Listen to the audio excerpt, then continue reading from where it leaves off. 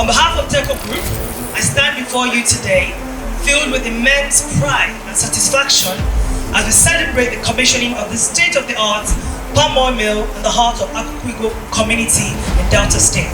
And today we're here to commission a 10 metric ton per hour palm oil mill. So I want to congratulate Norsworthy Farms today and pray that we'll have many more such farms come up in the next few years. This project was envisioned to comprise the following. 1. A 3,000 hectare oil palm plantation to be scaled up to 10,000 hectares over the next few years and 30,000 hectares within the next decade.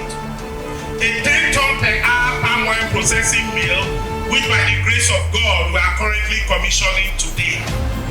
And then a vegetable oil refinery for producing palm kernel oil PKO and palm kernel cake for animal feed, which is the next phase of the project. As we are driving in the vast expanse of land you saw to the right there is where we intend to sign that by the grace of God.